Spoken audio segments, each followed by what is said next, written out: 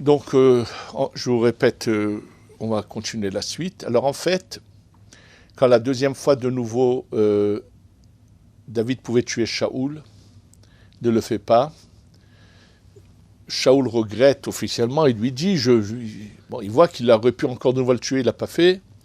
Entre-temps, Shmuel est mort, et là, David va aller dans une région, et pendant qu'il est dans cette région-là, il va garder le troupeau d'un monsieur qui s'appelle Naval à Carmélie. Alors, ce Naval à Carmélie est très très très riche, il a énormément de troupeaux, et pendant cette période où Naval à Carmélie, qui est très riche, David se trouve dans son environnement, et en fait, David envoie une délégation chez Naval à Carmélie pour lui demander l'aumône. Il y en a qui ne sait pas de l'aumône, lui demande, il lui a protégé son troupeau qui était très loin, et il lui demande de lui donner son dû. En fait, c'était juste avant Rosh Hashanah, et en fait, David avait besoin pour lui et tout ce campement qui est avec lui, ils avaient besoin de nourriture. Et lorsque sa délégation va chez Naval à Carmélie, maintenant Naval savait très bien que David avait été oint par Shmuel comme roi, et il se met à parler avec une manière vulgaire. Mi-ou David ou mi-Benisha, qu'est-ce qu'il est, il ne veut pas leur donner quoi que ce soit, il parle avec une manière vulgaire. Quand il parle d'une manière aussi vulgaire que cela, et il les renvoie, David décide d'aller tuer Naval à Carmélie. Puisqu'il sait que Naval à Carmélie, on va le voir, il avait un rôle à remplir que malheureusement il a perdu, parce qu'il a parlé d'une manière indécente vis-à-vis de celui qui a été oint par Dieu, il le savait. Oint par Shmuel, il le savait. Maintenant, il était marié avec qui? Avec une femme qui s'appelle, une prophétesse qui s'appelle Abigail. Et c'est surprenant qu'une femme aussi, comme on va le voir tout de suite, si grande, vive avec un homme pareil. Alors, quand David est en route pour aller tuer Naval à Carmélie, entre-temps, Abigail, qui est au courant de tout, prend des ânes, les remplit de toutes sortes de nourriture, vraiment et descend vers David, et elle lui demande de ne pas les toucher, de ne pas tuer son mari.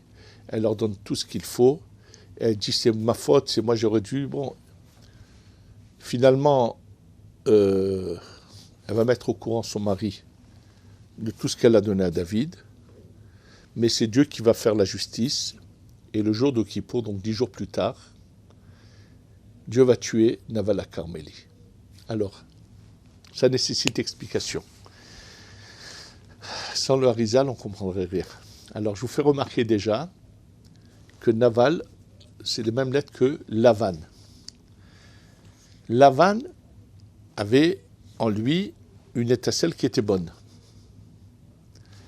Il revient en Gilgoul chez Naval. De Lavan, Naval. Les mêmes lettres. Lamet, Bet, Noun. Et maintenant, c'est Noun, Bet, Lamed. Il revient en Gilgoul. Et malheureusement, au lieu de réparer, il a trébuché avec le Hachonara. C'était ça ce qu'il devait réparer. Et malheureusement, il va trébucher. Mais la question est comment, puisque Abigail est une prophétesse, c'est elle qui finalement va dire à David qu'il n'a rien à craindre, que Dieu lui a tout pardonné dans ce monde et que elle dit Adoni, Nefesh Adoni, l'âme de mon maître sera dans la vie éternelle. Elle lui annonce, elle est une prophétesse. Comment une prophétesse comme Abigail se retrouve chez Naval à Carmélie? Alors, sachez que Yaakov Avinu, on lui reproche dans la Kabbalah de s'être trop soumis à Lavan pour avoir ses deux épouses. Ça veut dire qu'apparemment, il aurait pu les avoir de manière différente. C'est ce qu'on lui reproche. À cause de cela, il y a une étincelle de l'âme de Yaakov, qui est prisonnière, et elle revient en Gilgoul dans une femme. Comme Yaakov a travaillé pour des femmes, elle revient, ce nitzot, cette étincelle de l'âme de Yaakov revient chez Avigail. Sachez-le. Et donc, c'est la réparation. Alors, pourquoi quand même alors, comme c'était chez Lavan, donc c'est pour ça que chez Lavan, chez Naval maintenant, il peut prendre cette Avigail comme épouse, c'est-à-dire comme si elle est prisonnière. Pour comprendre cela, je vais vous donner juste un exemple. Quand on connaît l'épisode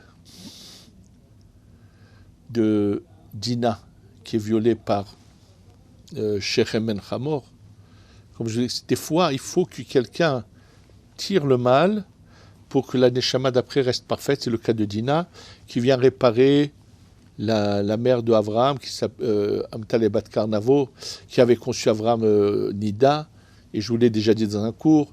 Donc Nida, Dina, c'est les mêmes lettres. Et là, c'est la même chose. Donc c'est pour ça que, comment on appelle ça, Avigail va devenir la femme de David. Parce que, attention, il n'y a pas que Avigail, il y a une autre femme tout de suite dont on va voir, Achinoam. Là, on va voir que David se marie avec 2 épouses. Et tout simplement, pour que vous compreniez une chose, je veux vous rappeler quelque chose auquel j'ai fait une allusion, mais que j'avais parlé dans d'autres cours sur le site, si vous le chercherez. C'est de ces 2 Chava qu'a eu Adam Arishon au départ. Première Chava et deuxième Chava, qui finalement reviennent en Gilgoul chez Yaakov avec Léa et Rachel. Léa est considérée comme le din, Rachel c'est moins le din. Et bon, des Gilgoulim où ça ne marche pas. Ruth, elle réussit, Orpa échoue. Et là, chez David Amelech, il va se passer la même chose. Il va y avoir Achinoam, c'est à l'encontre de Léa, et Avigail à l'encontre de Rachel. Je vous donne juste encore un exemple dans l'histoire. Rabbi Akiva,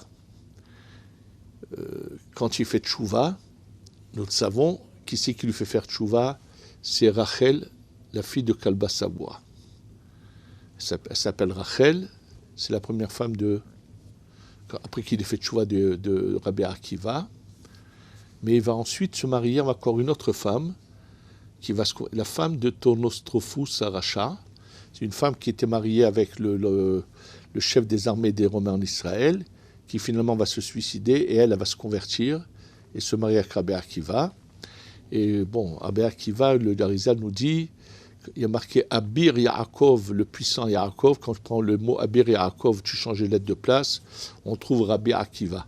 Et c'est pour ça que Rabbi Akiva va avoir également Rachel, et la femme de Tornostrophus Aracha qui se convertit est à l'encontre de Léa. Simplement, lui, dans ce cas, il prend d'abord Rachel, ensuite Léa. Chez Yaakov, c'était l'inverse. Et là, c'est pareil un peu avec David Amelech. Et on va voir que tout de suite, il va tout de suite après que Naval Carmélie est tué par Dieu, il va demander à Avigail, qui va bien sûr vouloir se marier avec lui. Et donc, c'est là que David Amelech va se marier avec Avigail.